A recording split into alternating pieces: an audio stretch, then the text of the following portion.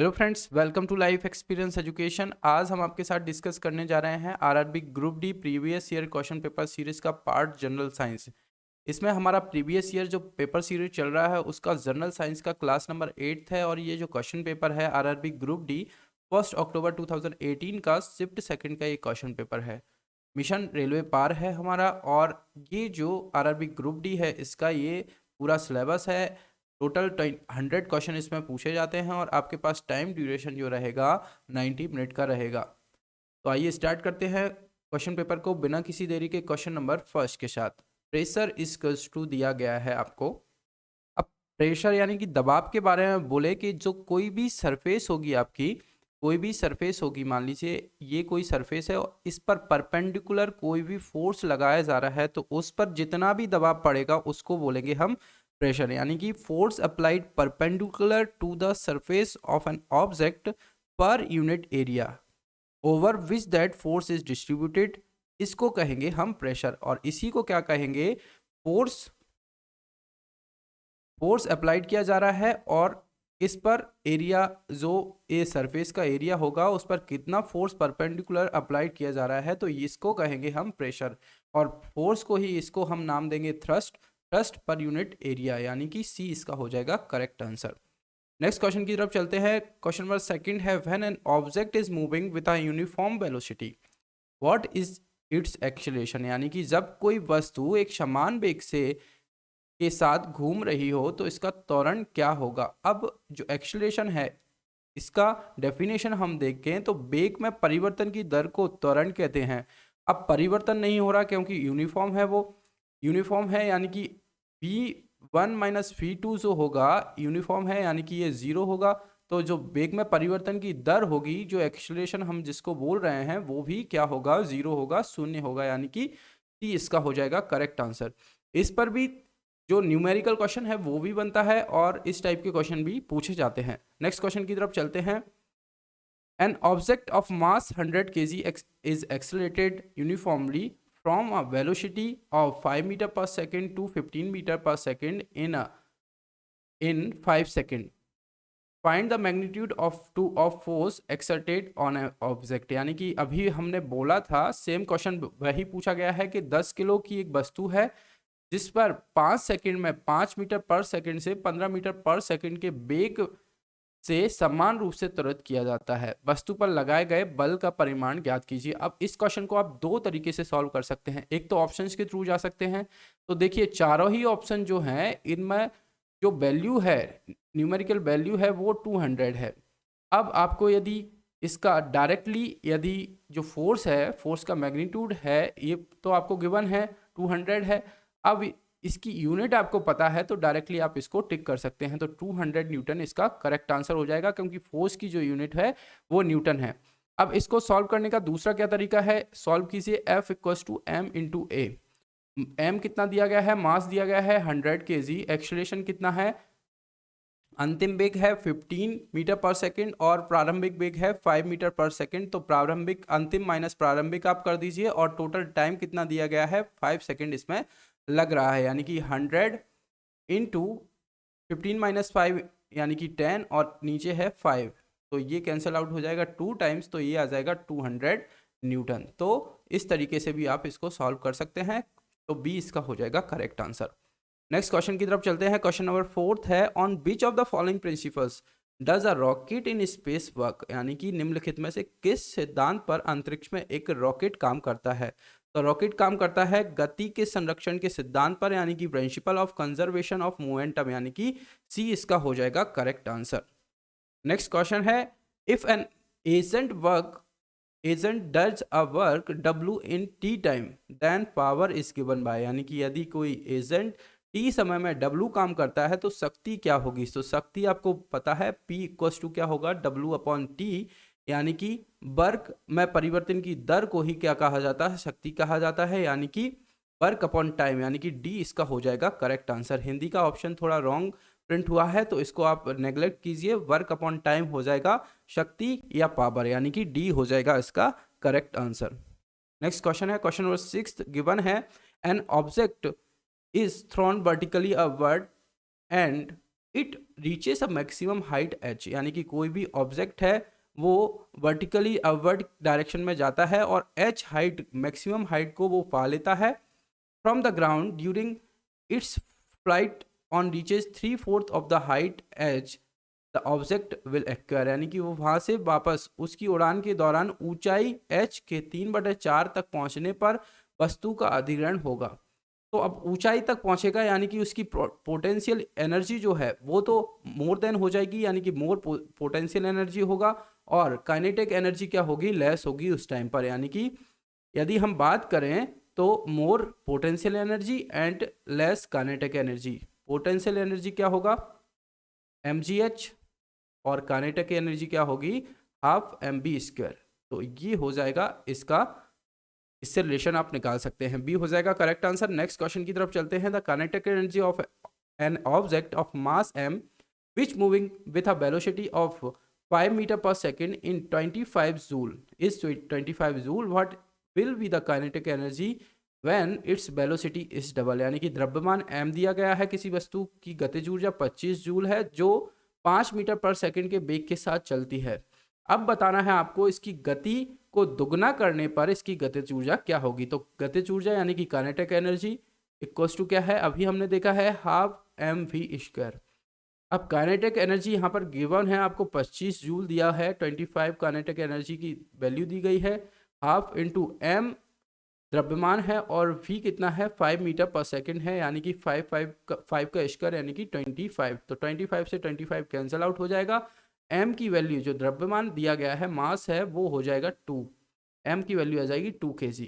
ठीक है, अब वो बोल रहा है कि काइनेटिक एनर्जी कितनी हो जाएगी यदि उसका गति को दुगना कर दिया जाए। तो हाफ इंटू mv², m कितना है 2 है, और v² दुगना हो जाए मतलब कि 5 से 10 हो जाए तो 10 का स्क्वायर यानी कि 100। तो ये कैंसिल आउट हो जाएगा, तो काइनेटिक एनर्जी कितनी हो जाएगी, 100 जूल हो जाएगी। 100 जूल यानी कि सी इसका हो जाएगा करेक्ट आंसर। ये जूल गिवन है तो सी हो जाएगा इसका करेक्ट आंसर। नेक्स्ट क्वेश्चन की तरफ चलते हैं। क्वेश्चन नंबर 8 है, विच of the following statement is true or false about the speed of sound different medium at 25 degree. यानी कि निम्नलिखित में से कौन सा कथन 25 डिग्री सेल्सियस पर विभिन्न मीडियम माध्यमों में ध्वनि की गति के बारे में सच या गलत है। तो ए ऑप्शन दिया गया है, in oxygen gas speed of sound is 316 metre per minute, यानी कि ऑक्सीजन गैस में ध्वनि की गति 316 मीटर पर मिनट है। तो ये क्या है, सही है गलत है, तो ये तो रॉन्ग हो जाएगा। ऑक्सीजन गैस में स्पीड ऑफ साउंड कितनी होती है, और सेकंड बी दिया गया है, in water the speed of sound is 1498 metre per minute, यानी कि पानी में ध्वनि की गति 1498 मीटर पर मिनट है। तो ये भी रॉन्ग है। अब ये सही कब होगा, जब 316 मीटर पर सेकंड यदि दिया हुआ होता, मिनट की जगह सेकंड दिया हुआ होता, तो ये ऑक्सीजन गैस में ध्वनि की गति होती, और 1498 मीटर पर सेकंड दिया हुआ होता तो ये वाटर की गति होती, यानी कि पानी की गति होती, पानी में ध्वनि की गति होती। तो ये दोनों रॉन्ग हो जाएंगे, यानी कि neither A nor B are true, यानी कि डी इसका हो जाएगा करेक्ट आंसर। नेक्स्ट क्वेश्चन की तरफ चलते हैं। The angle between the incident ray and the reflected ray is 80 degree, यानी कि ये नॉर्मल है। कोई इंसिडेंट रे है, यहाँ से इंसिडेंट कर रही है और यहाँ से रिफ्लेक्टेड कर रही है। अब आपको पता है जो एंगल इंसिडेंट है और रिफ्लेक्टेड एंगल है आर, ये दोनों बराबर होते हैं। अब इनकी वैल्यू दी गई है कि जो incident ray and reflected ray है, इनके बीच जो एंगल बन रहा है ये कितना है, 80 डिग्री का है, और angle of I equals to होता है एंगल ऑफ आर। तो ये दोनों जो बराबर होंगे, यानी कि इंसिडेंट जो एंगल होगा और रिफ्लेक्टेड एंगल होगा, ये कितने होंगे, 40 डिग्री के होंगे, तभी ये जाकर बराबर होंगे, यानी कि बी इसका हो जाएगा करेक्ट आंसर। नेक्स्ट क्वेश्चन की तरफ चलते हैं। विच of the following metals is used in a solar panel, यानी कि निम्नलिखित धातुओं में से कौन सा एक सोलर पैनल में प्रयोग किया जाता है। तो सोलर पैनल में प्रयोग किया जाने वाला जो मेटल है वो कौन सा है, सिलिकॉन है, यानी कि डी इसका हो जाएगा करेक्ट आंसर। नेक्स्ट क्वेश्चन की तरफ चलते हैं। The potential difference between the terminals of an electric heater is 60 volt when the it draws a current of 4 ampere from the source. What current will the heater draw if the potential difference increased to 165 volts? यानी कि विद्युत heater के टर्मिनलों के बीच विभवांतर 60 volt का है और जब यह स्रोत से 4 एम्पियर की धारा खींचता है तब विभवांतर 165 वोल्ट तक बढ़ा दिया जाता है, तो हीटर कितनी धारा खींचेगा? तो V इक्वल्स टू, आपको ओम्स लॉ पता है, V इक्वल्स टू IR, यानी कि V जो है डायरेक्टली प्रोपोर्शनल है करंट के। तो V1 upon V2 equals to हो जाएगा क्या? I1 upon I2। तो यहाँ से आप कैलकुलेट कर सकते हैं। V1 की वैल्यू है 60 और V2 है 165, I1 है 4 एम्पियर और I2 की वैल्यू यहाँ से आपको फाइंड आउट करनी है। तो I2 इक्वल्स टू हो जाएगी 4 इंटू 165 अपॉन 60। तो 4 से ये कैंसिल आउट कर दीजिए, 4 1 ज़ा 4 और 4 5 ज़ा 20, 15 1 ज़ा 15, 11 टाइम्स चला जाएगा, यानी कि I2 की वैल्यू आ जाएगी 11 एम्पियर, यानी कि C इसका हो जाएगा करेक्ट आंसर। ये जो ऑप्शन है थोड़े रॉन्ग प्रिंट हुए हैं, तो ये है 11 एम्पियर इसका करेक्ट आंसर, यानी कि C हो जाएगा इसका करेक्ट आंसर। नेक्स्ट क्वेश्चन की तरफ चलते हैं। क्वेश्चन नंबर 12 है, presently scientists are talking of dash states of matter, यानी कि वर्तमान में वैज्ञानिक किस पदार्थ की अवस्था को बता रहे हैं। तो अभी प्रेजेंट में बात करें तो कितने अवस्थाओं के बारे में जो है साइंटिस्ट है बता चुके हैं। तो सबको पता है 3 स्टेट तो आप सभी को पता है, सॉलिड, लिक्विड और गैस। ये 3 स्टेट तो सभी को पता है। उसके बाद 4th नंबर पर प्लाज्मा है और 5th पर क्या है? बोस आइंस्टीन। ये 5 अवस्थाएं हैं जिनके बारे में अभी तक वैज्ञानिक बात करते हैं। तो डी इसका हो जाएगा करेक्ट आंसर, यानी कि 5 स्टेट्स ऑफ मैटर अभी तक आए हैं सामने। डी हो जाएगा करेक्ट आंसर। नेक्स्ट क्वेश्चन है, mass upon volume is equals to क्या होगा? मास अपॉन वॉल्यूम यानी कि द्रव्यमान बटा आयतन, ये क्या होगा? मास पर यूनिट वॉल्यूम, इसको बोलेंगे घनत्व यानी कि डेंसिटी, यानी कि सी इसका हो जाएगा करेक्ट आंसर। नेक्स्ट क्वेश्चन है, क्वेश्चन नंबर 14 है, a solution contains 31 gram of common salt in 320 gram of water, calculate the concentration in terms of mass by mass percentage of the solution, यानी कि एक घोल में 320 ग्राम पानी में 31 ग्राम नमक होता है, तो घोल की सांद्रता आप ज्ञात करें। तो सांद्रता यानी कि कॉन्सेंट्रेशन यदि आपको कैलकुलेट करना है तो किसकी करना है? 31 ग्राम ऑफ कॉमन सॉल्ट, और 31 ग्राम है ये, और साथ ही में जो टोटल अमाउंट है यानी कि 320 वाटर प्लस सॉल्ट का कितना है? 331, यानी कि ये आ जाएगा इसकी सांद्रता का परसेंटेज, यानी कि कॉन्सेंट्रेशन परसेंटेज आ जाएगा इसका। तो ये आ जाएगा 31 अपॉन इसको आप ऐड कर दीजिए, तो ये आ जाएगा 325 और ये आ जाएगा 351 अपॉन 100। इसको आप कैलकुलेट करिएगा तो ये आ जाएगा 8.83%, यानी कि 0.0883, यानी कि ए इसका हो जाएगा करेक्ट आंसर।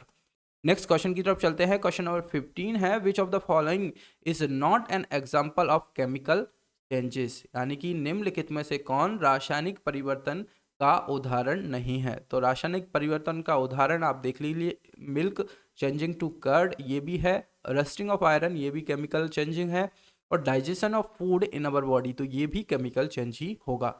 अब बात करें 4th option, changing of water to water vapour, तो ये नहीं है, किसका उदाहरण नहीं है? एक केमिकल चेंज का उदाहरण नहीं है, यानी कि डी इसका हो जाएगा करेक्ट आंसर। जल वाष्प का पानी में बदलना ये एक केमिकल रिएक्शन नहीं है, केमिकल चेंज नहीं है, तो डी हो जाएगा करेक्ट आंसर। नेक्स्ट क्वेश्चन है, choose which one is not true of wish, यानी कि क्षार के लिए कौन सा सही नहीं है।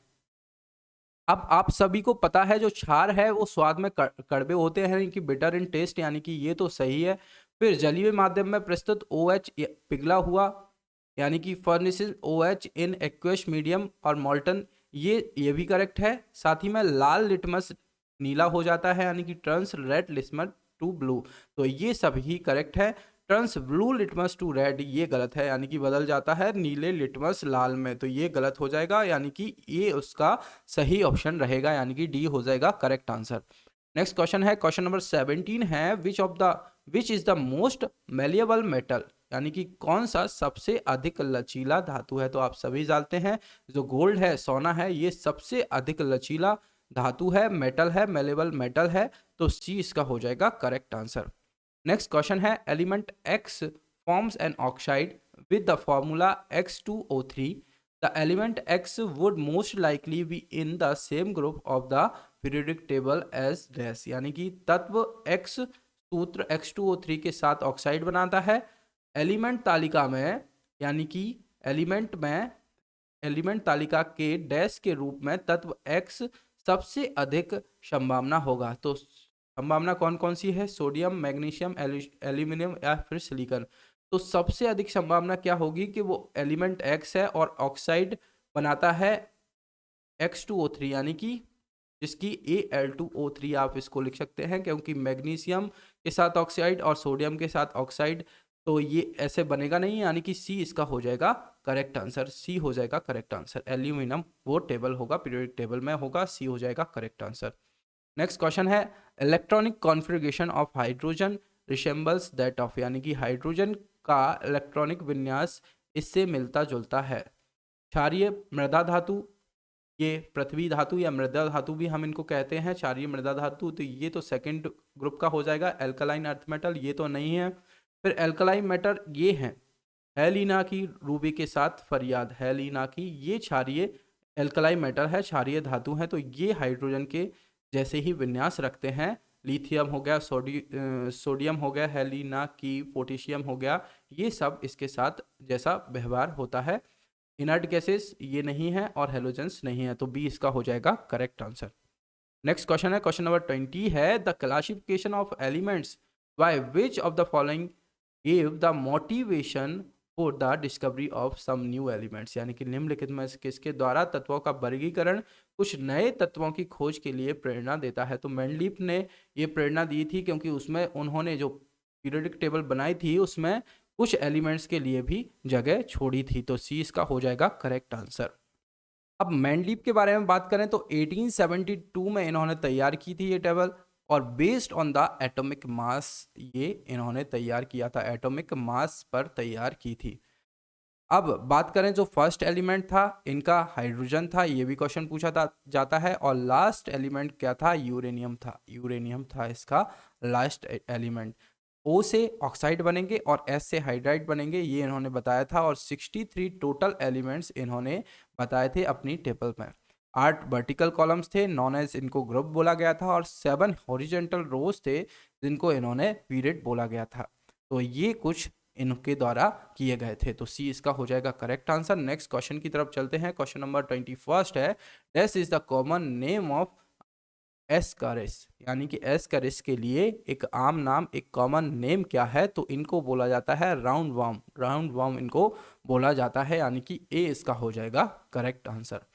नेक्स्ट क्वेश्चन है, क्वेश्चन नंबर 22 है, intercalary meristems are found, यानी कि अंतर्वैयक्तिक गुण पाए जाते हैं, तो किस में पाए जाते हैं, ये पाए जाते हैं at the base of the leaves, यानी कि पत्तियों के आधार पर ये पाए जाते हैं, यानी कि ए इसका हो जाएगा करेक्ट आंसर।